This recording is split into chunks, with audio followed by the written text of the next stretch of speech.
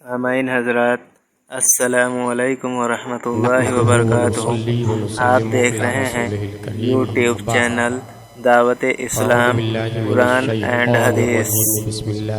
बराए मेहरबानी हमारे चैनल को सब्सक्राइब करें और बेल आइकॉन दबाना ना भूलें। शुक्रिया।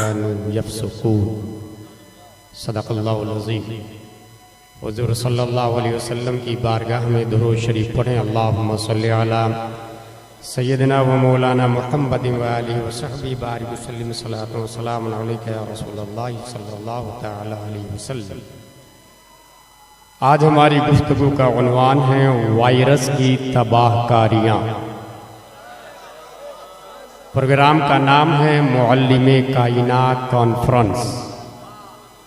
कायनात ये काइन की जमा मुअन्नस सालिम है, जिसका मतलब है पूरी दुनिया का टीचर। मुअल्लिमे कायनात हमारे नबी है, पूरी दुनिया के टीचर। हर बच्चा पैदा होता है तो उसका कोई उस्ताद होता है। खुद अमेरिका बोलता है therefore every student should be an ideal student। मगर वाहिद हुजूर सल्लल्लाहु अलैहि वसल्लम ऐसे हैं कि उनका दुनिया में और न ही आखिरत में कोई टीचर है, कोई मुअल्लिम है। आपने किसी से कुछ नहीं सीखा और किसी से कुछ पढ़ा भी नहीं। आप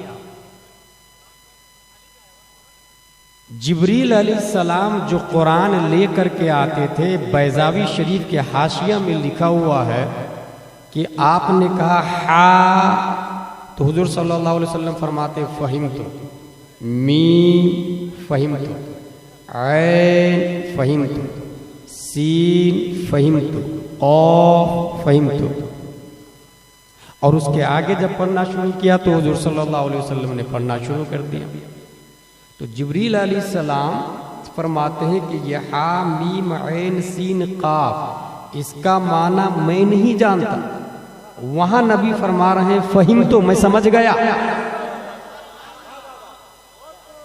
कुरान शरीफ में 14 जगह पर ऐसे अल्फाज हैं जिसका माना किसी को नहीं पता।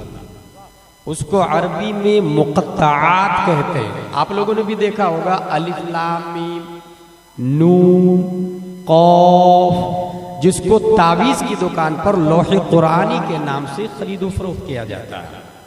ये जो लौहे कुरानी है, ये जो हुरूफ़ मुक़त्तआत है, इसका माना गौस, अब्दाल, मुजद्दिद, मिकाईल, इसराफील, इज़राइल, इंक्लूड जिब्रील अलैहिस्सलाम तक इसका माना नहीं पता।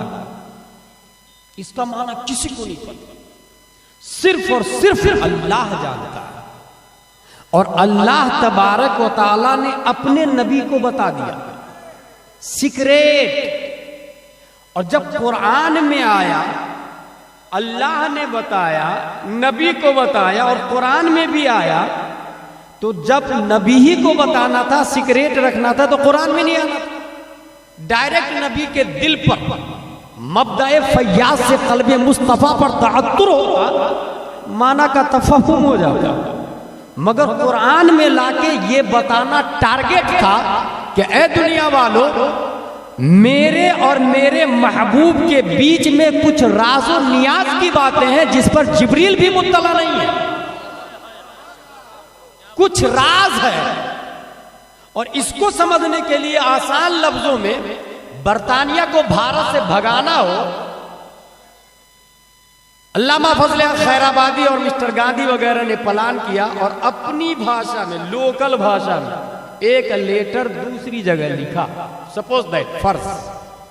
और वो भाषा ऐसी थी कि बरतानिया का बाप भी नहीं पढ़ सकता उसको, न डाकिया पढ़ सकता, डाकिया पर उसका कंट्रोल। राइटिंग इस अंदाज से और लैंग्वेज ऐसा इस्तेमाल था कि यहां के लोकल लोग समझ सकते हैं बस। और उसमें यह लिखा था कि भारत को आजाद कब करना है। परवरदिगार आलम ने पूरी दुनिया का हाकिम मुअल्लिमे कायनात को बनाया। और जिस तरीके से किचन की ऑपरेटिंग के लिए किचन का एजुकेशन होना जरूरी है, कि नमक कहाँ, तेल कहाँ, अदरक का, लहसुन का, प्याज का, मिर्च का, शक्कर का। अगर एजुकेशन ना हो तो नमक की जगह सब्जी में शक्कर का इस्तेमाल होगा और system of the vegetable destroy हो सकता है। ये आधा पता ये चला किचन का निजाम चलाने के लिए किचन की आलिमा होना जरूरी है। घर का निजाम चलाने के लिए घर का इल्म चाहिए। वार्ड का निजाम चलाने के लिए वार्ड का एजुकेशन चाहिए। शहर का सिस्टम रन करने के लिए शहर का इल्म चाहिए। मुल्क का सिस्टम रन करने के लिए मुल्क का एजुकेशन चाहिए। और यहीं से ये साबित हुआ हमारे नबी को अल्लाह ने अरब चलाने के लिए नहीं पैदा किया, अजम चलाने के लिए नहीं पैदा किया, मक्का चलाने के लिए नहीं पैदा किया, मदीना चलाने के लिए नहीं पैदा किया, बल्कि पूरी दुनिया का खालिक रब है और हाकिम मुस्तफा को बना दिया है। लिहाजा अल्लाह ने पूरी दुनिया में आपका उस्ताद किसी को नहीं बनाया। पूरी दुनिया आपकी शागिर्द है। पूरी दुनिया के टीचर मुस्तफा की जात है। नारे तकबीर, नारे रिसालत, मुअल्लिमे कायनात कॉन्फ्रेंस, मसलके आला हजरत हजरत अल्लामा गुलाम जिलानी साहब किबला अज़हरी। ये बात साबित हो गई कि हुजूर सल्लल्लाहु अलैहि वसल्लम मुअल्लिमे कायनात है। अल्लाह ने पढ़ाया, आपने पढ़ा। अगर किसी से पढ़ते तो वो उसके उस्ताद हो जाते। और मशीयत ये नहीं चाहती थी कि मेरे महबूब का कोई उस्ताद बने, इसलिए किसी से पढ़वाया ही नहीं। हमारे नबी सल्लल्लाहु अलैहि वसल्लम की खासियत ये हो गया इस प्रोग्राम के नाम के हवाले से। Come to the point, virus की तबाहकारियां। ये जो मैंने आयत पढ़ी है ये वायरस के बारे में। हमने उन पर फअनज़लना अलल्लज़ीना ज़लमू, हमने उन पर जिन्होंने जुल्म किया, रिजज़म मिनस्समा, आसमान से वायरस उतारा, आसमान से रिज्स उतारा, आसमान से अजाब उतारा। बिमा कानू यफ़सुकून, बेहुक्मी की वजह से, नाफरमानी की वजह से। मैं जो कहता था वो मानते नहीं थे, इसलिए हमने वायरस उतारा। और इस आयत की बैकिंग में आप जाएंगे तो बनी इसराइल को मकाम तीह में अल्लाह तबारक व तआला ऑटोमेटिक खाना पीना देता था। आसमान से मन और सलवा आता था। ये आप अपनी मस्जिद के इमाम साहब से सुन चुके होंगे। अगर जुमा में तकरीर से पहले आप जाते हैं तो इमाम साहब बयान करते हैं कि मकाम तीह में कपड़ा के साथ में बच्चा पैदा होता था। मकाम तीह में बनी इसराइल के बच्चे कपड़े के साथ में पैदा होते थे, नाखून बढ़ते नहीं थे। और जब बच्चा बढ़ता था तो कपड़ा भी साथ में बढ़ता था। आसमान से रोशनी के लिए एक ट्यूबलाइट का इंतजाम था, अल्लाह ने किया था मकाम तीह में भाई।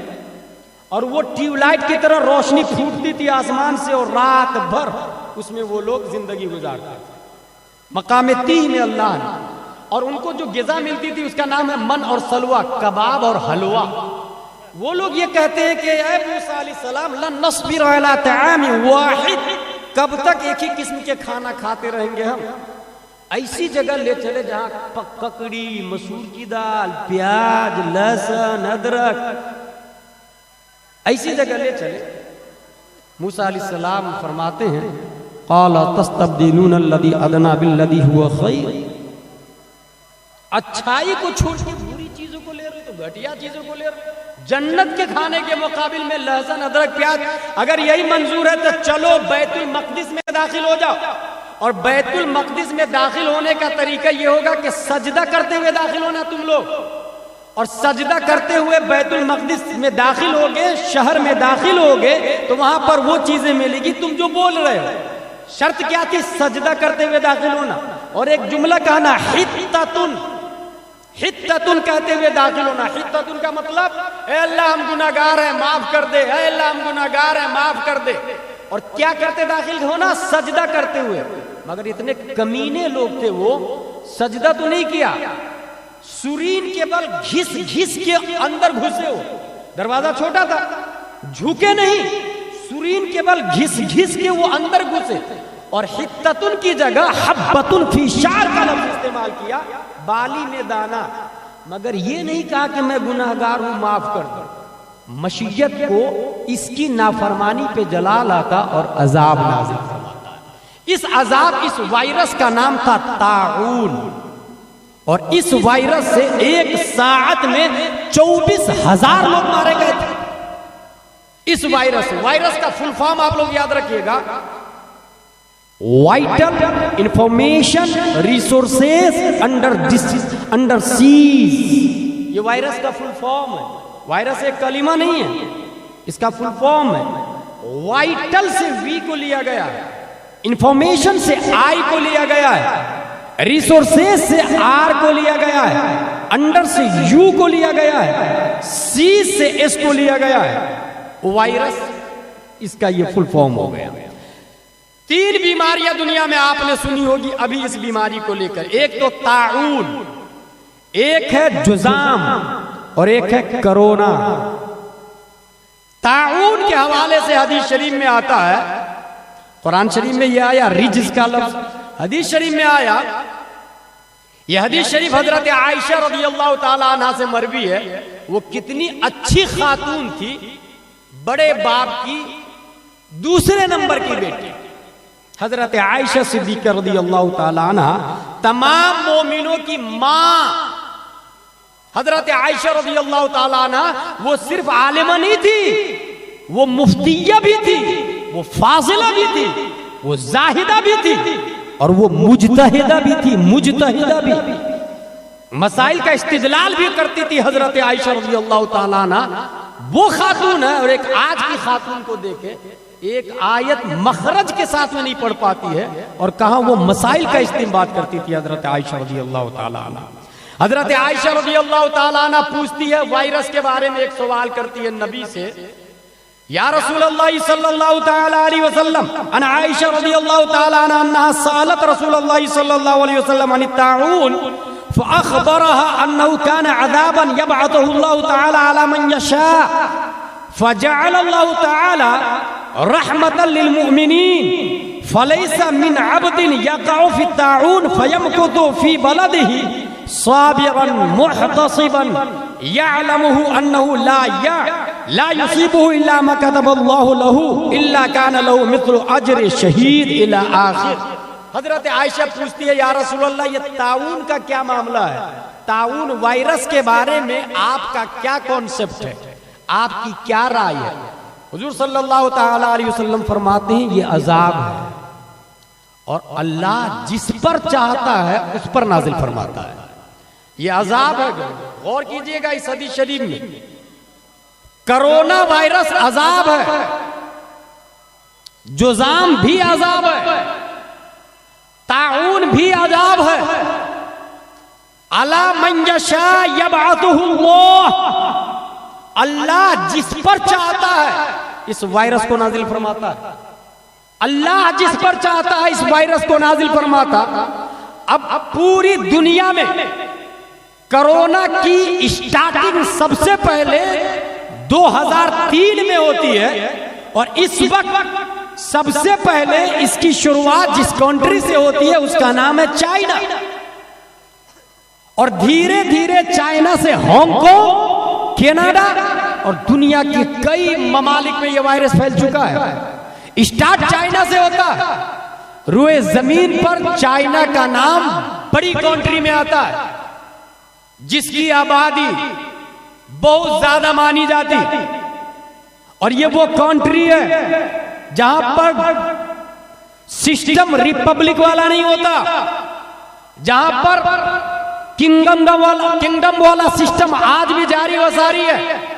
हर घर से एक आदमी फौज में होना चाहिए, पुलिस में भर्ती होना चाहिए, ज्यादा कमा के आप रख नहीं सकते हैं, और ये सब तो उसके मुल्क की पॉलिसी है। उसने सबसे बड़ा जुर्म जो किया वो ये कि रोजा रखने पे पाबंदी लगाई, नकाब पे पाबंदी लगाई, कुरान शरीफ पढ़ने पे पाबंदी लगाई, मस्जिद में पाबंदी लगाई, अजान देने पर पाबंदी लगाई, बेशुमार ऐसे हराम काम किए जो कुदरत के कानून के खिलाफ है, जो ह्यूमन राइट्स के खिलाफ है, जो संविधान ऑफ इस्लाम के खिलाफ है, जो कॉन्स्टिट्यूशन ऑफ कुरान के खिलाफ है, जो कॉन्स्टिट्यूशन ऑफ बुखारी और मुस्लिम के खिलाफ है। सबसे ज्यादा फ्रंट पर चाइना है, चाइना जो कार्टून भी बनाता रहता, मुल्कों को शह भी देता रहता।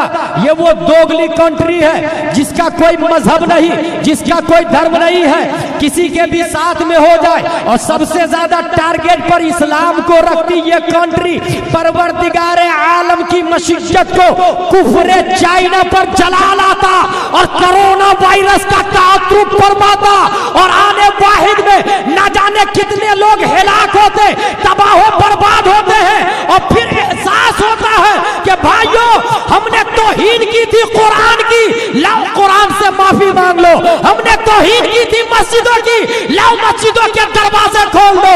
हमने तौहीन की थी उलमा की, लाओ उलमा की कदम बोसी कर लो।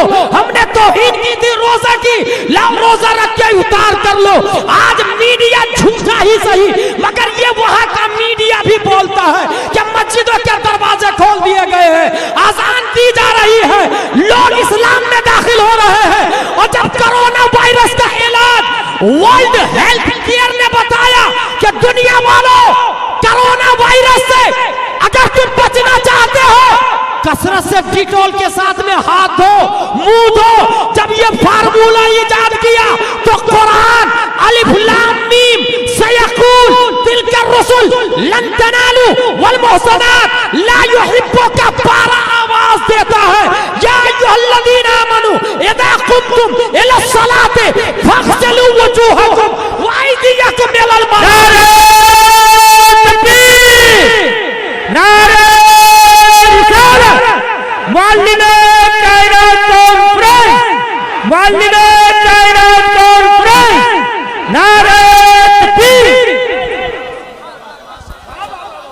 वर्ल्ड हेल्थ केयर डिटॉल से कसरत के साथ मुंह हाथ धो, कोरोना वायरस नहीं लगेगा। गुलाम बोलता है अबे बेवकूफो, तुमने आज बोला कसरत से हाथ मुंह धो, जरा इस्लाम को तो पढ़ के देखो। 5 बार तो यूं ही धोना पड़ेगा, 6वीं बार जब चाश्त की नमाज पढ़ेगा, 7वीं बार जब इशराक की नमाज पढ़ेगा, और 8वीं बार सोने के लिए जब वुजू करेगा, तो 7 से 8 बार तो इस्लाम बोलता है हाथ को भी दो, मुंह को भी दो, पांव को भी दो, सर का मसा करो। और कोरोना घुसता है तो इन्हीं पार्ट्स के जरिए घुसता है, या तो आंख के जरिए दाखिल होगा, नाक के जरिए दाखिल होगा, मुंह के जरिए दाखिल होगा। और मुस्लिम शरीफ की हदीस बोलती है कि जो इंसान वुजू करता है, मुंह के रास्ते गुनाह का वायरस बाहर हो जाता है, नाकों के रास्ते गुनाह का वायरस निकलता, आंखों के रास्ते गुनाह का वायरस निकलता, नाखूनों से गुनाह का वायरस निकलता, पांव के नाखूनों से गुनाह का वायरस निकलता। अरे गुनाह दिखता नहीं है, वुजू के पानी से ये वायरस भी भाग जाता है। तो ये कोरोना तो दिखता है, जब गुनाह दूर हो जाएगा तो कोरोना क्यों नहीं दूर होगा। नारे तकबीर, नारे रिसालत, हजरत अल्लामा मुफ्ती गुलाम जिलानी साहब क़िबला अज़हरी। बुखारी में भी और मुस्लिम में भी एक हदीस है, इदा समिअतुम अत्ताऊन बिअर्दिन फला तदखुलूहा व इदा वक़ा बिअर्दिन व अंतुम फीहा फला तखरुजू मिनहा। लोगों, जिस शहर में वायरस हो उसमें जाओ मत, और जो लोग वहां है उससे निकले नहीं। कुरान का फार्मूला देखें, जिस शहर में वायरस है आप उसमें ना जाएं, और जो लोग हैं वो निकले नहीं। और उसके बाद भी बुखारी में ये आया कि ये वायरस नहीं पहुंचेगा मगर उसको जिसे अल्लाह चाहे, जिसे अल्लाह चाहे। वन यमसस्कल्लाहु बिदुर्रिन फला काशिफ लहू वन युरिदका बिखैरिन फला राद्द लिफज़ली। जिसे अल्लाह ज़रर में मुब्तला करे कोई बचा नहीं सकता, और जिसे अल्लाह खैर का इरादा करे उसे कोई रोकने वाला नहीं है। अल्लाह ने अगर कोरोना वायरस लिख दिया है तो दुनिया में कोई हेल्थ केयर हो, अमेरिका का मास्क भी लगा लो, हांगकांग का मास्क लगा लो, प्लेन में रहो, स्पेस में चले जाओ, और किसी और प्लेनेट पर Mercury, Venus, Mars, Jupiter, Saturn, Uranus, Neptune, Pluto किसी भी प्लेनेट में जाके घर बना लो। अगर कोरोना वायरस अल्लाह ने लिख दिया है तो शुरू भी तुमसे होगा, तबाह भी तुमको करेगा और खत्म भी तुम्ही पे कर सकता है। वो हमारा अल्लाह है। और अगर अल्लाह चाहे कि तुम्हें कोरोना ना लगे तो चारों तरफ कोरोना के पेशेंट होंगे, तुम डॉक्टर बन के वहीं जिंदा रहोगे, सबका इलाज भी करोगे। ये कोरोना वायरस ही तुम्हारी बॉडी की हिफाजत करेंगे, प्रोटेक्शन देंगे, यहां तक कि अल्लाह तबारक व तआला सही सालिम निकालेगा। मुसलमान है हम, हमारा एतकाद मकड़ी के जाले की तरह नहीं है। मसलुल्लज़ीन इत्तखज़ू मिन दूनिल्लाहि औलिया कमसलिल अनकबूत। काफिरों का अकीदा मकड़ी के जाले की तरह है। इन्न अवहनल बुयूत लबैतुल अनकबूत। सबसे कमजोर घर, अल्लाह ने कहा सबसे कमजोर घर मकड़ी का है, मगर बनाने के बाद खुश हो जाती है, मैंने बिल्डिंग बना ली। मकड़ी खुश हो जाती, एक तिनका से बच्चा जाके तोड़ फोड़ के रख देता है उसको, मगर मकड़ी खुश है, मैंने बिल्डिंग बना ली। यही हाल मोदी, योगी, डोनाल्ड ट्रंप के अकीदे का है। यही हाल चाइना के अकीदे का, हांगकांग के अकीदे का, लंदन बर्तानिया के अकीदे का, पूरी दुनिया के कुफारों मुशरिकीन के अकीदा ये सिर्फ और सिर्फ मकड़ी की जाले की हैसियत रखती। मकड़ी के जाले से ज्यादा इसकी औकात नहीं है। अब अंदाजा लगाए, कोरोना वायरस नहीं, उससे भी कम ना कोरोना वायरस भी उसे तबाह बर्बाद कर सकता है। कोरोना वायरस क्यों नहीं कर सकता? रही बात मुसलमान की, तो मुसलमान के अकीदे को मकड़ी के जाले की तरह नहीं बताया गया। कुरान बोलता है मसलो कलिमतिन तय्यबतिन कशजरतिन तय्यबा असलुहा साबितुन व फरउहा फिस्समा। मुसलमानों का जो अकीदा है उस झाड़ की तरह है जिसकी जड़ें जमीन में है और शाखें आसमान में बातें कर रही है, आसमान से बातें कर रही है। मकड़ी के जाले को एक तिनका भी तबाह कर सकता है, और वो झाड़ जिसकी शाखें जमीन, जिसकी जड़ें जमीन पर, शाखें आसमान पर, खुदा की कसम करोड़ों सुनामी लहरें आ जाए, मुसलमान के अकीदे का एतजाल नहीं हो सकता। और याद रखे हदीस शरीफ में क्या आया, ये अजाब है, और जिसे अल्लाह चाहता उस पर नाजिल फरमाता, जिसे अल्लाह चाहता। और आगे एक लफ्ज आया है रहमतल लिल मुमिनीन। अल्लाह ने मुसलमानों के लिए रहमत बना दिया है। किसी भी वबा, ताउन या कोई भी मुहलिक बीमारी फैली, बनी इसराइल पे 9 वायरस आए थे, 9 वायरस, कुरान शरीफ में उसका जिक्र, 9 वायरस आए थे बनी इसराइल पर। किसी भी वायरस आबादी में फैली, लोग मरने लगे, अल्लाह जिस पर चाहे उसको अजाब बना दे, मगर नबी की रहमत हमें बचा रही है। नबी फरमाते हैं, मुअल्लिम कायनात फरमाते हैं, ये मोमिनों के लिए अजाब नहीं रहमत है। अगर कोई मोमिन इस वायरस से मर जाता है तो अल्लाह ताला शहीद के बराबर सवाब देगा, बल्कि वो शहीद होगा जो कोरोना वायरस में मरेगा। और अगर वो किसी शहर में दाखिल नहीं हुआ, जिस आबादी में कोरोना वायरस आया उसी में रहा, हदीस पर अमल करते हुए और इस अकीदे के साथ कि जिसे अल्लाह चाहे उसे मुब्तला करे, जिसे अल्लाह चाहे उसे बचा ले, तो अब हदीस में ये आया, बल्कि हदीस नहीं, हदीस से निकले हुए मसला अल्लामा नईमुद्दीन मुरादाबादी खजाइनुल इरफान अला हाशिया कंज़िल ईमान पर लिखते हैं कि जो शख्स किसी आबादी में रहा, वायरस आया मगर वो मरा नहीं, मरा तो शहीद है लेकिन नहीं मरा, अल्लाह पर अकीदा मजबूत करके रहा और वो बच गया, बचने के बावजूद अल्लाह ताला उसे शहीद के बराबर सवाब देगा।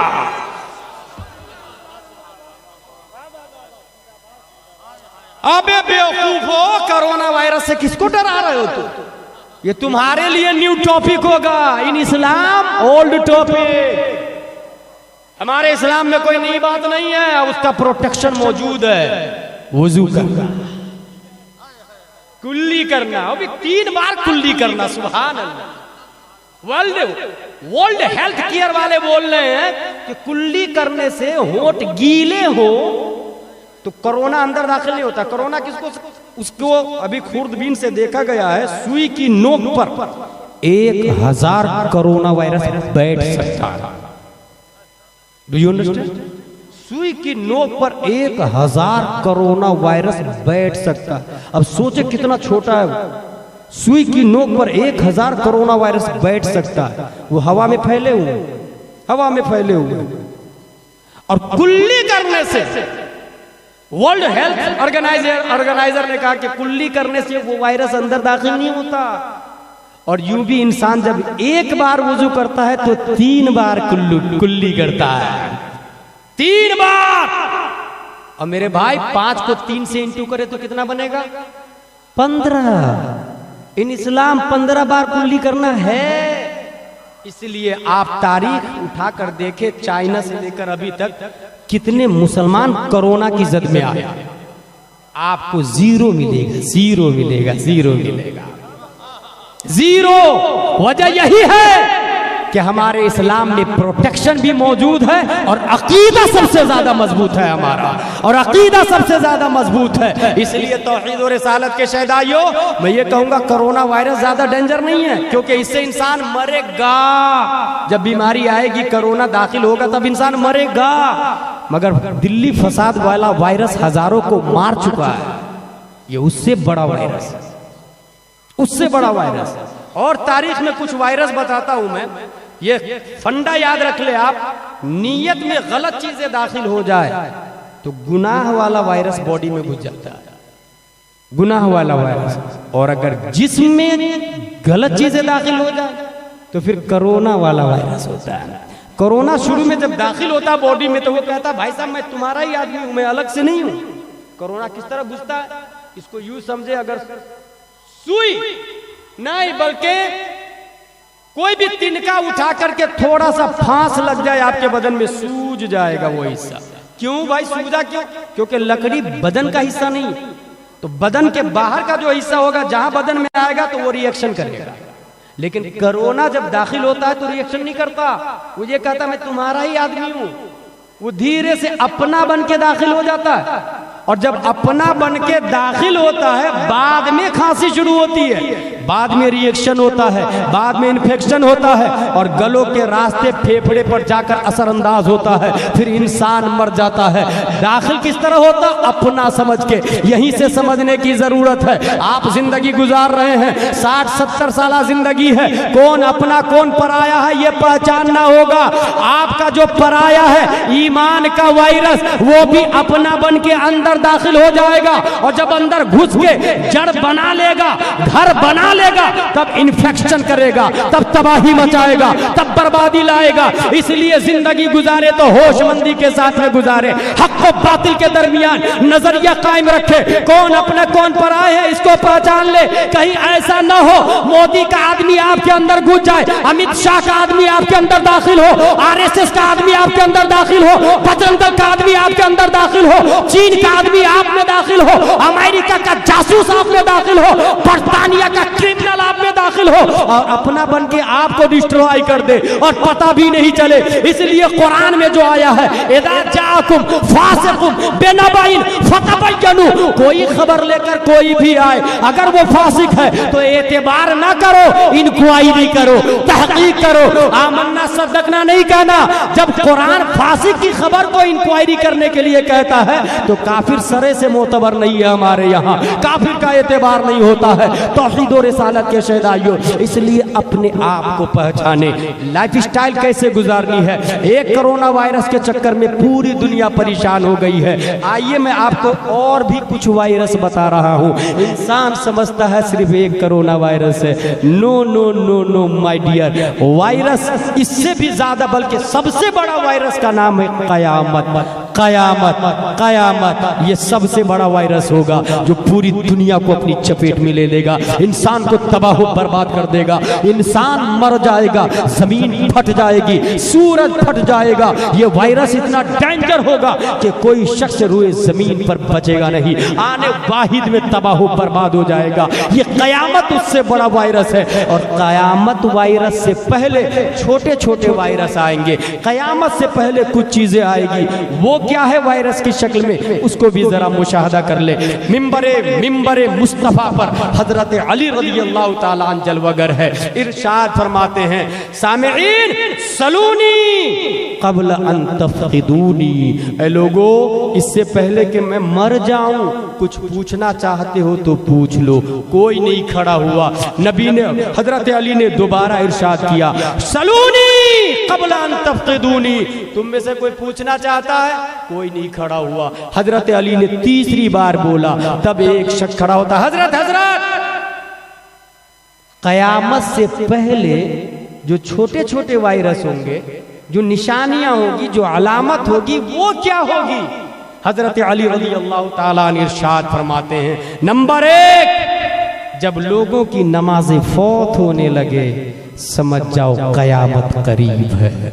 नमाज का फौत होना ये कोरोना से बड़ा वायरस है। नमाज का छोड़ना, बेनमाजी होना, ये कोरोना से बड़ा वायरस है। हजरत अली फरमाते हैं क़यामत से पहले ये चीज़ें आएगी। नंबर 1, नमाजें जब फौत होने लगे। नंबर 2, रोज़े से गफलत होने लगे। रोज़ा से गाफिल होना ये कोरोना से बड़ा वायरस है। इंसान हट्टा कट्टा नौजवान होगा, मगर कहिए भाई साहब रोज़ा नहीं रखा आपने, बहुत दर्द हो रहा था, काम पर जा नहीं सकता था, शुगर की बीमारी है, पान के बगैर नहीं रह सकता।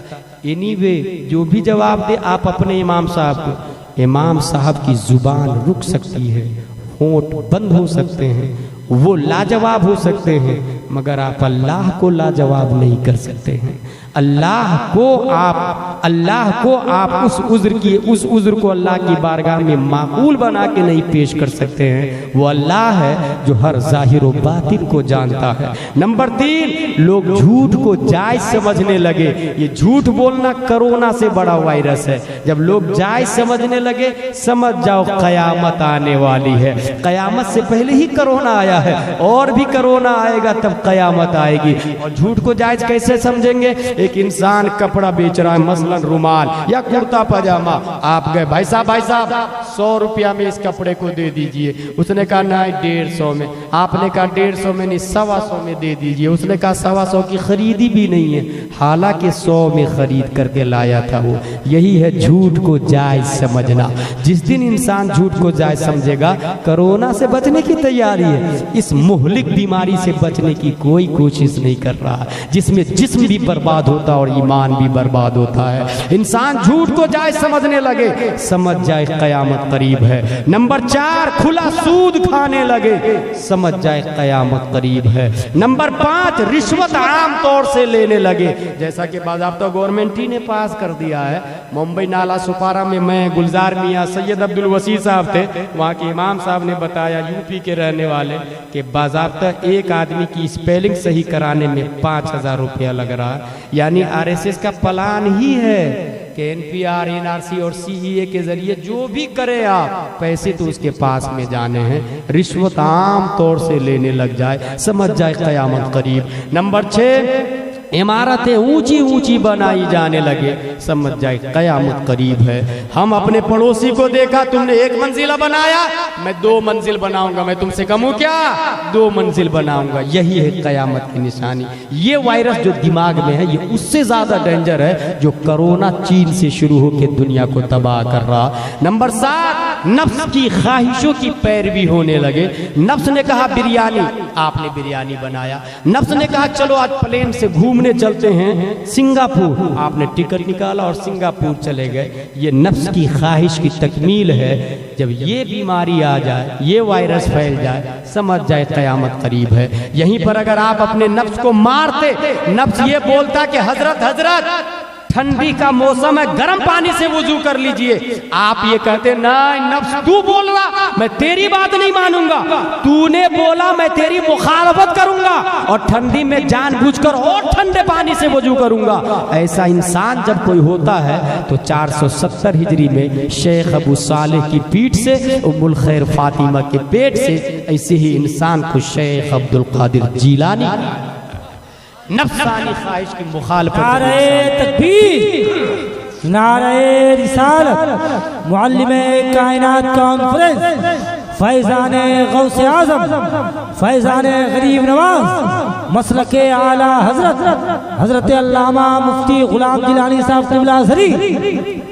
33 वायरस है ये, 33 वायरस। सबसे बड़ा वायरस कयामत है, उससे पहले ये 33 वायरस बता रहा हूं। नंबर 8, दीन के जरिए दुनिया खरीदी जाने लगे। मस्जिद का पैसा घोटाला, मदरसे का पैसा घोटाला, जलसे का चंदा घोटाला, नऊजुबिल्लाह मिन ज़ालिक, गरीब के नाम पर घोटाला। अभी लोग वायरस से, कोरोना से बचने के लिए मास्क लगाना शुरू किया, तो जिस मास्क की कीमत 10 रुपये थी 150 में बिकने लगा है, 150 में। ये है खिदमत, इबादत, खिदमत खल्क। इसकी बजाय दीन के जरिए दुनिया खरीदी जाने लगे, कयामत करीब है। नंबर 9, इंसान का खून अर्जा हो जाए, बात बात पे मर्डर कर दे, गोली मार, अपने भाई के खिलाफ केस कर दे। वो भाई जो बचपन में आपको चॉकलेट लाके आधा खुद खाता, आधा आपको देता था, आज बड़े होके आपने आंगन में बीबी के कहने से दीवार उठा दी और दूसरे घर पे कब्जा भी कर लिया और केस भी कर दिया कि वाली साहब मेरे नाम करके गए थे। बहुत सारे लोग मर्डर भी कर देते, जेल में भाई को पहुंचा देते। अगर ये आपके गांव में हो रहा है, हमारे गांव में हो रहा है, समझ जाए कयामत करीब है, कयामत आने वाली है। नंबर 10, खूनी रिश्ते टूटने लगे। पैदा हुआ यहाँ पर और गया Bombay, Delhi, America, girlfriend, boyfriend, दोस्त वही है, दीदी फोन कर रही है, बहन फोन कर रही, भाई कैसे आप? हाँ सिस्टर अभी बिजी हूँ, all you call you later, मैं बाद में फोन करूंगा। और वहाँ गर्लफ्रेंड के साथ में घंटों है, बहन फोन कर रही है तो टाइम नहीं है। यही है, खूनी रिश्ते टूटने लगे, समझ जाओ कयामत करीब है। नंबर 11, हलीम, बर्दाश्त करने वाले नेक लोग ज़ईफ समझे जाने लगे। कुछ लोगों ने कहा भाई साहब अलग अलग जलसा मत कीजिए, एक ही जगह कीजिए। क्या तुम नहीं समझोगे, बेवकूफ हो तुम, हमारी बात नहीं माना उसने। जिसको बेवकूफ कहा वो बेचारे चुपचाप किनारे चले गए, जबकि वो नमाजी थे, जबकि वो आलिम थे, जबकि वो हाजी थे। उन्होंने जवाब नहीं दिया क्योंकि सामने वाला जो था वो इस काबिल नहीं था कि उसको जवाब दिया जा सके। वो समझ रहा है कि ये कमजोर है, हालांकि उसने इसलिए जवाब नहीं दिया कि गाली का जवाब गाली से देना सुन्नत नहीं, गाली का जवाब दुआ से देना ये सुन्नत है, दुआ से देना ये सुन्नत है। जुल्म को बर्दाश्त कर लेना ये भी प्यारे मुस्तफा सल्लल्लाहु ताला अलैहि वसल्लम की सुन्नत है, ता वक्ते के वो अम्र ना आ जाए। जुल्म करने वाले लोग खुशी महसूस करने लगे, जैसे मोदी योगी, समझ जाए कयामत करीब है। नंबर 13, हुक्मरान फासिक को फाजिर बन जाए। निजामत कौन कर रहा, कौन दावत देगा, किसको किसको कितना पैसा दिया जाएगा, सब एक जगह अपने कंट्रोल में। अगर वो शख्स फासिक को फाजिर है, समझ जाए कयामत करीब है। मस्जिद का मुतवल्ली अगर बेनमाजी है, समझ जाए कयामत करीब है। और मैंने हिंदुस्तान में 95% मस्जिद के मुतवल्ली को देखा, दाढ़ी नहीं रखता, नमाज नहीं पढ़ता, मुतवल्ली तो मैं ही रहूंगा, मुतवल्ली तो मैं ही रहूंगा। अगर ये हालात है तो समझ जाए कयामत करीब है। और ये उससे बड़ा वायरस है जो कोरोना चीन से चल के तबाह बर्बाद कर रहा है।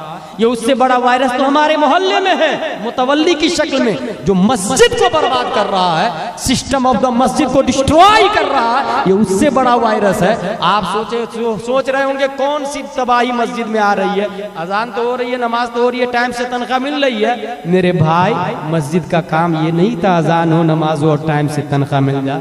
नहीं नहीं नहीं, मस्जिद नबवी में नबी ने अबू बकर पैदा किया है, उमर को पैदा किया है, उस्मान को पैदा किया है, अली को पैदा किया है। क्या ये हकीकत नहीं है? आपके गांव में ये वायरस नहीं है कि किसी का इंतकाल होता है, अपने वाली साहब के नाम से मस्जिद में एक पेटी जाके देता, बराए ईसाले सवाब मरहूम फुला, मस्जिद में पेटी रख दिया। दूसरे का इंतकाल हुआ उसने भी, तीसरे का इंतकाल हुआ उसने भी। 40-50 साल के बाद इमाम साहब से मुतवल्ली मसला पूछता है, हजरत वुजू खाने की टंकी पर 50-60 पेटियां रखी हुई है, कहीं दफन कर दूं क्या किनारे में? वो भी कहेंगे क्या करोगे इसका, दफन कर दो। क्योंकि कौन पढ़ेगा उसको और क्यों पढ़ेगा? जब दूसरे के वालिद साहब के नाम से पेटी दी गई थी तो आपने पढ़ा था? नहीं पढ़ा था। तो आपके बाप के नाम से दूसरा क्यों पढ़ेगा? जब दूसरे के बाप के नाम से आपने नहीं पढ़ा तो आपके बाप के नाम से कोई कौन क्यों अलिफ लाम मीम का पारा खोल के इसाले सवाब करेगा? और जब कोई पेटी पढ़ ही नहीं रहा है तो देना कहाँ से सवाब साबित है भाई साहब? जरूरत अनवार शरीयत की है, कोई नहीं दे रहा है। बहार शरीयत की जरूरत है, मस्जिद में कोई नहीं दे रहा है। बुखारी शरीफ तर्जमा वाले की जरूरत है, कोई नहीं दे रहा है। बस दिमाग में एक भूत सा सवार हो गया है, दिए जाओ पेटी पर पेटी, पेटी पर पेटी। समझा भी नहीं कि पढ़ेगा कौन, सवाब कैसे मिलेगा। और ये भी बताऊं, हमारे यहाँ मस्जिद में जो बच्चे आते पढ़ने के लिए या मकतब में जो पढ़ाई होती है, कुरान शरीफ पढ़ा दिया जाता है और लोग समझते हैं मेरा बेटा दीनी तालीम भी जानता है। लोग जिसके पास बेटी है वो भी अपनी बेटी को कुरान शरीफ पढ़ा देते। रिश्ता आता है, आपकी बेटी कुरान शरीफ पढ़ी है, दीनी तालीम जानती है? बोले हाँ जानती है ना। क्या पढ़ी है? बोले कुरान पढ़ी है मेरी बेटी, 2 बार नहीं 3-4 बार कुरान पढ़ ली। मेरे भाई, कुरान पढ़ने से दीनी तालीम नहीं आती, कुरान समझने से दीनी तालीम आती है। उसके लिए तामीर अदब पढ़ना होगा, उर्दू पढ़ना होगा। कितने अफसोस की बात है, आपके मोहल्ले में हजारों रुपये का चावल मिलेगा, हजारों रुपये का किराना सामान दुकान में होगा, मगर एक बच्चा तामीर अदब अव्वल ख़त्म कर लेता है तो 2 पूरे मोहल्ले में कहीं नहीं मिलता है। तामीर अदब 2 खरीदने के लिए उसे मधुपुर शहर जाना पड़ता, वहाँ भी हर जगह वो किताब अवेलेबल नहीं है। यही वजह है कि आपका बच्चा एक किताब पर पूरा साल क्रॉस कर देता है। कहाँ से तालीम हासिल आएगी? कहाँ से कोई सोचेगा? इमाम साहब को भी इतनी तौफीक नहीं कि वो पूरे साल भर का कोर्स खरीद के आपके यहाँ रख ले, क्योंकि अगर आपसे वो ये कहेंगे भाई साहब अपने वालिद साहब के इसाले सवाब के लिए बच्चों को तामीर अदब अव्वल से 5वें तक दे दीजिए ना, तो आपके दिमाग में आएगा नहीं इसमें थोड़ी ज्यादा सवाब है, पेटी में ज्यादा सवाब है। तो इसलिए पेटी देंगे मगर इमाम की बात नहीं समझ में आएगी। तौहीद और रिसालत के शहदाइयों, कुरान शरीफ आपने अगर दी भी और पढ़ने वाले भी है कुछ लोग, तो पूरा 30 पारा किसी ने पढ़ा, एक कुरान पढ़ने का सवाब मिलेगा। मगर वहीं पर आप अगर कंजुल ईमान दिए होते, तफसीर नईमी दिए होते, तो अल्लामा अहमद यार खान नईमी तफसीर नईमी में लिखते हैं कि जिसने एक आयत की तफसीर समझ ली तो अल्लाह उसे 1 पारे का सवाब नहीं देता, 2 पारे का सवाब नहीं देता। एक आयत की तफसीर समझने वाले को अल्लाह 10 कुरान का सवाब अता फरमाता, 10 कुरान का सवाब अता फरमाता। कितना अच्छा कुरान का सवाब है। इसाले सवाब का इससे अच्छा और क्या तरीका होगा? आप तलबा बुलाते हैं आइए मेरे यहाँ एक कुरान खत्म कर दीजिए, शबे बारात में बंद कर दे। आज से नया तरीका लॉन्च करे जो पुराना तरीका है दरअसल, जिसको लोगों ने अमली जामा नहीं पहनाया। सबके हाथ में कंजुल ईमान दे दे और वो कंजुल ईमान एक आयत पढ़े, उसका माना भी जोर से पढ़े, आप उसको गौर से समझे। एक आयत की तफसीर समझ ली, 10 कुरान का सवाब मिलेगा। फातिहा करे और कहे ए अल्लाह मेरे वालिद साहब को 10 कुरान का सवाब अता फरमा दे। नारे तकबीर, नारे रिसालत, मुअल्लिमे कायनात कॉन्फ्रेंस, मसलके आला हज़रत। और इसमें अच्छे लोगों की भी गलती है, क्योंकि अच्छे लोग मस्जिद के मुतवल्ली नहीं बनते। लोग इल्जाम लगा देते हैं खा लिया होगा मस्जिद के चंदा में से, तो उसकी बीवी भी उसका बेटा भी बोलता आप अल्लाह अल्लाह करो ना, मस्जिद में रहने मुतवल्ली बनना जरूरी है क्या? वो बंदा छोड़ देता है। वो छोड़ा कि गलत आदमी आया। इसलिए फाइट करना पड़ेगा, लड़ना पड़ेगा, जेल ही जाना पड़ेगा ना, लेकिन लड़ना पड़ेगा तब इनकलाब आएगा। नंबर 14 खाइन और बददयानत लोग वजीर बन जाए। नंबर 15 सोसाइटी के जालिम लोग नाज़िम आला बन जाए। नंबर 16 आलिम दीन अपने अमल में फासिक बन जाए। नंबर 17 नाइंसाफी गालिब हो जाए। नंबर 18 खानदानों में कसरत से तलाक़ें होने लगे। नंबर 19 कसरत से हार्ट अटैक आने लगे। नंबर 20 एक दूसरे पर झूठी तोहमतें लगाना लोगों की आदत बन जाए। उसने मुझसे पूछा नहीं, मीटिंग कर लिया, मुझे दावत दी नहीं, मुझे बुलाया नहीं, एक दूसरे पर झूठी तोहमतें लगाने लगे। समझ जाए क़यामत करीब है। और ये वायरस कोरोना वायरस से ज्यादा डेंजर है। नंबर 21 कुरान बड़े बड़े सुनहरे हरफों में छापे जाने लगे। नंबर 22 मसाजिद की तज़ीन और आराइश होने लगे। शब बारात शब कद्र में वो कुमकुमे लगा देते आप मस्जिद में, क्यों लगाया भाई साहब? ये तो नफल का टाइम था ना, शब कद्र शब बारात, फजर में तो सो रहे थे आप, जोहर में तो सो रहे थे आप, जब नफल में सजा रहे हैं और फजर में सो रहे हैं तो इसे शैतानी धोखा नहीं तो और क्या कहा जाएगा, शैतानी चाल नहीं तो और क्या कहा जाएगा। फतावा रज़विया शरीफ में आला हज़रत लिखते हैं, शैतान का सबसे बड़ा धोखा यह है छोटी छोटी नेकी के जरिए बड़ी बड़ी नेकी से रोक देता है। वो मसलन मज़ार पे चादर चढ़ाने के जरिए गरीब को खाना खिलाने से रोक देता है। वो बीमार जो मर रहा है दवा के एक घूंट के लिए आप उसको नहीं देंगे, मज़ार पे चादर को ज़्यादा सवाब समझेंगे। यही शैतानी फरेब है। चादर चढ़ाना यकीनन सवाब का काम है, मगर एक चादर सवाब का काम है, चादर के ऊपर चादर ये सवाब का काम नहीं है। उस चादर को बेचकर एक नंगे को कपड़ा दे देते तो आप जन्नत के मुस्तहिक होते। दुनिया से नंगाई खत्म हो जाती, गुर्बत खत्म हो जाती और बेइज्जत बेगैरत नंगे लोग कपड़े में मार्केट में नजर आने लग जाते अगर आप ये काम किए होते। नंबर 23, मस्जिदों के मीनारे ऊंचे बनाए जाने लगे, समझ जाए कयामत करीब। नंबर 24, मस्जिदों की सफे नमाजियों से भर जाए, मोमिन एक भी न हो। पूरी सफ मस्जिद की भरी हुई है, ईमान वाला एक भी नहीं है। जैसे भोपाल, दिल्ली, देवबंद, सहारनपुर।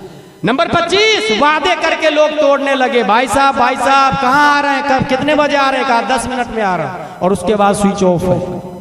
इसी को कहते वादे करके लोग तोड़ने लगे, समझ जाए कयामत करीब है। ये कोरोना वायरस से ज्यादा खतरनाक वायरस है आपके हाथ में है, जिसके जरिए आप तबाही मचा रहे हैं, आप इंसानियत का खून कर रहे हैं, आप इंसाफ का गला घोट रहे हैं, ये उससे बड़ा वायरस था। नंबर 26, दिलों में फूट पड़ जाए, जैसे अभी हुआ, लाख समझाया गया भाई साहब एक ही जगह जलसा करो, नहीं किया जलसा, अलग ही अलग हो, दिलों में फूट पड़ जाए, दिलों में फूट पड़ जाए, समझ जाए कयामत करीब। मुंह देखी सामने बातें भी कर लेंगे, आप बहुत अच्छा कर रहे हैं, मगर जहां आप निकल गए बहुत बड़ा कमीना आदमी था। अगर ये आदत बन जाए लोगों की, समझ कयामत करीब है। और ये वायरस कोरोना वायरस से ज्यादा घातक है, डेंजर है। दलीलें, मन्नतें और फलसफे सब बेकार जाते हैं, दिलों में फर्क पड़ जाए तो इतना याद रखना, तुम दलीलें, मन्नतें और फलसफे सब बेकार जाते हैं। नंबर 27, तिजारत में हिर्स बढ़ जाए। नंबर 28, औरतें मर्दों जैसी बनने लगे, jeans pant, T shirt, iPhone, Activa, और फिर बाल खुले रख के लड़कियां जाएगी college, Saint Pius, Saint Joseph, Little Flower, convent, Bhandari, Christian missionary. आप जाके समझाए, भाई साहब अपनी बेटी को समझाओ यार, जींस पहन के घूमती रहती है, don't interfere in my personal life. हम जानते हैं इस्लाम के बारे में, जाहिल मत समझना, पढ़े लिखे हम लोग, हमारी सोसाइटी, हमारी कल्चर हमें पता है, सिखाना मत। तुम्हें तुम्हारा सिस्टम मुबारक हो, हम पुराने ख्यालात के लोग नहीं। हमारी बेटी पायलट बनेगी, चावला बनेगी, हमारी बेटी मिसाइल वीमैन बनेगी, हमारी बेटी इस जमाने के हर वो काम कर सकती है जो एक मर्द कर सकता है। और तुम समझाओ मत, पुराने जमाने की बातें मत बताओ। और फिर एक दिन आता है जब उसकी बेटी मुशरिक के साथ में लव मैरिज कर लेती, कोर्ट मैरिज कर लेती, दुनिया समझती है कितना अच्छा है, हकीकत में बच्चा हरामी पैदा होता, हरामी। क्योंकि औरत मोमिन है और शौहर काफिर है तो शादी हो ही नहीं सकती है। ये दोनों के बच्चे हरामी पैदा होंगे। आपको अच्छा लगेगा? आपका नवासा हरामी होगा तो, आपकी नवासी हरामी होगी तो अच्छा लगेगा। ये हरामी नवासे नवासी क्यों हुए? हरामी पोता पोती क्यों हुए? क्योंकि आपने बेटा को दीनी तालीम नहीं दी, आपने बेटी को कुरान नहीं पढ़ाया, कंजुल ईमान नहीं पढ़ाया, जींस पैंट टी शर्ट वाली आपने बनाया, कॉन्वेंट में भेजा, नतीजतन नवासे नवासी हरामी हरामिया पैदा होंगे। यही अपने बच्चे को अगर कंजुल ईमान पढ़ा दिए होते, तामीर अदब अव्वल दोम सोम पढ़ा दिए होते, बहारे शरीयत अनवारे शरीयत पढ़ा दिए होते, हदाई के बख्शिश पढ़ा दिए होते, तो आपकी बेटी वक्ती हरामिया तस्लीमन नसरीन की नस्ल से नहीं होती, बल्कि आपकी बेटी राबिया बसरिया के पैटर्न पर होती। नारे तकबीर, नारे रिसालत, नारे रिसालत, मसलके आला हजरत। कंट्रोल करें अपने सोसाइटी को, अपने समाज को। नंबर 29, मर्द औरतों की तरह बनने लगे। लड़के लोग को देखा होगा, यहाँ बाली, यहाँ भी कड़े भी, स्टाइल, अच्छा, बाप को जाके समझाए, भाई साहब आपका बेटा ऐसा ऐसा कर रहा, क्या बताऊं हजरत, बात नहीं मान रहा मेरी। जब वो दूध पी रहा था तब कहाँ थे?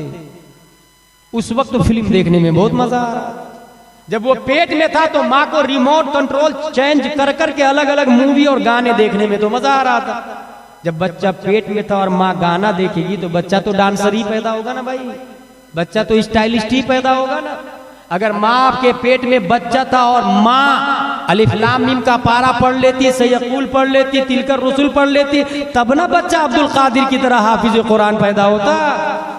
वेरी सिंपल फंडा, आप जो करेंगे बच्चा वही करेगा। इसलिए अभी मौका है सुधारने और संवरने का। नंबर 30, सलाम सिर्फ पहचानने वालों को करने लगे। नंबर 31, तकवा के लिबास में दिल भेड़िए वाले हो जाए। कुछ लोग जाहिरन तो बहुत मुत्तकी परहेजगार होंगे, नमाजी भी, गाजी भी, रोजे भी रखेंगे, मगर अपने अलावा सबको घटिया समझेंगे। ऐसे भी लोग होते हैं।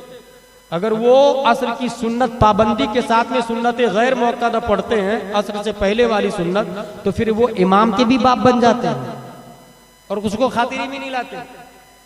तो समझ जाए, तकवा के लिबास में दिल भेड़िए वाले हो, कयामत करीब। नंबर 32, जिन अमाल के जरिए आखिरत कमाना था उन अमाल के जरिए दुनिया कमाई जाने लगी, कयामत करीब। नंबर 33, इल्म मारिफत से खाली हो जाए, कयामत करीब। तौहीद और रिसालत के शहदाइयों, ये 33 वायरस थे जो कोरोना वायरस से ज्यादा डेंजर और घातक है। और इनका इलाज क्या है? जिस तरह कोरोना का इलाज वुजू करना है, कुल्ली करना है, ये जो 33 वायरस मैंने बताए, इसका इलाज है अपने इलाके में मकतब चालू करना, 2 टाइम क्लास लगाना, सुबह और शाम, 1.5 घंटा सुबह 1.5 घंटा शाम। जो बच्चे स्कूल सुबह जा रहे हैं वो दोपहर में आए मदरसे में, और जो बच्चे दोपहर में मदरसे जा रहे हैं वो सुबह में मदरसे में, दोपहर में स्कूल जाते हैं वो सुबह मदरसे में आए। लड़कियों की क्लास अलग, लड़कों की क्लास अलग। लड़कियों को आलिमा पढ़ाएगी, आलिम साहब का नहीं पढ़ाना है।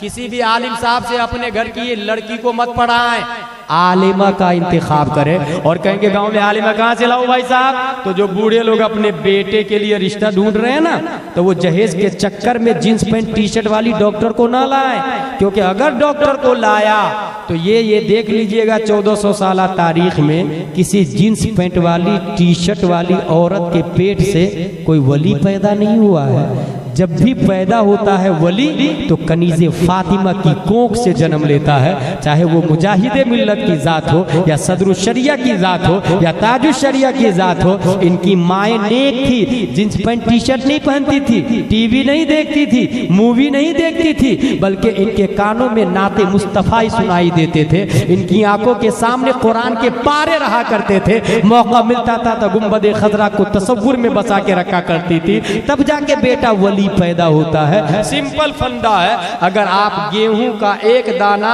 हल जोत करके, हल चला करके मिट्टी के नीचे दबाए और उसके बाद वहां बैठ के दुआ करें, ऐ अल्लाह एप्पल दे दे, एप्पल दे दे, ऐ अल्लाह एप्पल दे दे। एक दिन नहीं, एक हफ्ता नहीं, 1 महीना 2 महीना, कितने भी महीने दुआ करें, एप्पल नहीं निकलेगा, क्योंकि गेहूं का दाना लगाया ना आपने भाई साहब, तो गेहूं निकलेगा, एप्पल नहीं निकल सकता। ये अपने आप को बेवकूफ बनाने वाली बात है। अब आपके गांव वाले दुआ करेंगे, अल्लाह यहाँ फिर से कोई वली पैदा फरमा, फिर से कोई नेक आदमी पैदा फरमा। भाई साहब, नेक आदमी पैदा फरमाएगा अल्लाह ताला, आप अपने आप से क्यों नहीं शुरू करते? आप क्यों नहीं गेहूं का दाना, एप्पल का दाना लगाते? कमा तदीनो तो दान, आप जैसे करेंगे वैसे ही आप पाएंगे। आप अपने बच्चे को कॉन्वेंट में नहीं मकतब में भेजे। बच्चा आपका यसरनल कुरान, कुरान शरीफ, नहमीर, पंजगंज, विकाया, हिदाया, दिराया, गुरर, शर्ह, कंज, दकाइक पढ़ेगा और फिर दुआ करे, ऐ अल्लाह हमारे मोहल्ले में कोई सदरुल शरिया पैदा फरमा, अहमद रजा खां पैदा फरमा। बच्चा मदरसा में होगा, दुआ आपकी आसमान से टकराएगी, रब्बे कदीर फिर से कोई मुजाहिदे मिल्लत पैदा फरमाएगा। बच्चा कॉन्वेंट स्कूल में है और आप दुआ कर रहे हैं कोई आलिम पैदा फरमा, कोई वली पैदा फरमा। ये अपने आप को बेवकूफ बनाने वाली बात है। तो जो बूढ़े लोग हैं अपने बेटे की शादी जींस पैंट टी शर्ट वाली से नहीं करे, आलिमा लाए। कहां से? लड़कियों के मदरसे में जाके अपना बायोडाटा दे और कहे हमको आलिमा चाहिए। वहां से एक आलिमा आएगी, एक ने 10 को, 10 ने 100 को, 100 ने 1000 को आलिमा बनाया आपके मोहल्ले में। वो ससुर भी जन्नत में जाएगा जो आलिमा बहू लेकर के आया था। अगर उसने जहेज लिया 5 लाख रुपया, जन्नत क्या जहन्नम वाजिब हो जाता है उसके ऊपर। मगर वो जहेज की बजाय आलिमा बहू लाता तो जहन्नम नहीं जन्नत वाजिब होती उसके ऊपर। वो सास भी जन्नत में जाएगी, माँ बहने कान खोल करके सुन ले, वो सास भी जन्नत में जाएगी जो अपने बहू से सिर्फ रोटी नहीं बिलवाई, गेहूं से पत्थर नहीं चुनवाई, चावल से कंकर नहीं निकलवाई, बल्कि बुखारी और मुस्लिम पढ़ने पढ़ाने का मौका दिया अपनी बहू को। इसलिए वो सास भी जन्नत में जाएगी। वो शौहर भी जन्नत में जाएगा जो अपनी बीवी को गुलाम बना के नहीं रखा बल्कि मदरसा में पढ़ने का टाइम दिया। इस तरीके से आप डोर टू डोर जाके कहेंगे भाई साहब अपने बच्चे को मकतब में भेजिए। 1 दिन 2 दिन 3 दिन डोर टू डोर जाके कहे, हो सकता है आपके खिलाफ FIR कर दे, आपके खिलाफ रिपोर्ट कर दे, TI आपको अंदर करवा दे कि तू इसके यहाँ जाके इंटरफियर क्यों करता है। मगर आप परेशान मत होइएगा, हैरान मत होइएगा। दीन की खातिर में जो थाने में जेल में जाता है उसको इमाम अहमद बिन हम्बल कहते हैं, जो 28 महीने जेल में रहे थे। जो दीन की खातिर जेल में जाता है उसे शमसुल अइम्मा सरखसी कहते हैं, जो 12 साल तक जेल में रहे थे। जो दीन की खातिर जेल में जाता है उसे मुजद्दिद अल्फसानी कहते हैं। जो दीन की खातिर जेल में जाता है उसे हबीबुर रहमान मुजाहिद मिल्लत कहा जाता है। इसलिए अगर आपने ये मिजाज बना लिया कि हर घर से 3 साल से ऊपर की बच्चा मकतब में आएंगे पढ़ेंगे, 10 से 15 साल के बाद आपके मोहल्ले में कोई जाहिल नजर नहीं आएगा, सबके हाथ में कंजुल ईमान होगा, तमहीद ईमान होगा, बहार शरीयत होगा। जहां पर वो एक तरफ हिंदुस्तान का कानून पढ़ के, कॉन्स्टिट्यूशन ऑफ इंडिया का मुताला करके वो पार्लियामेंट में वो ऐसी की तरह धाड़ेगा, तो दूसरी तरफ वो कुरान शरीफ से मसाइल का इस्तिंबात और इस्तिखराज करके अपने वक्त का असद मियां, मुहद्दिस कबीर, गुलजार मियां बनके पूरी दुनिया ये हिंद को इस्लाम की हक्कानियत की दावत देता नजर आए। अल्लाहु अकबर, या रसूल अल्लाह, जिंदाबाद।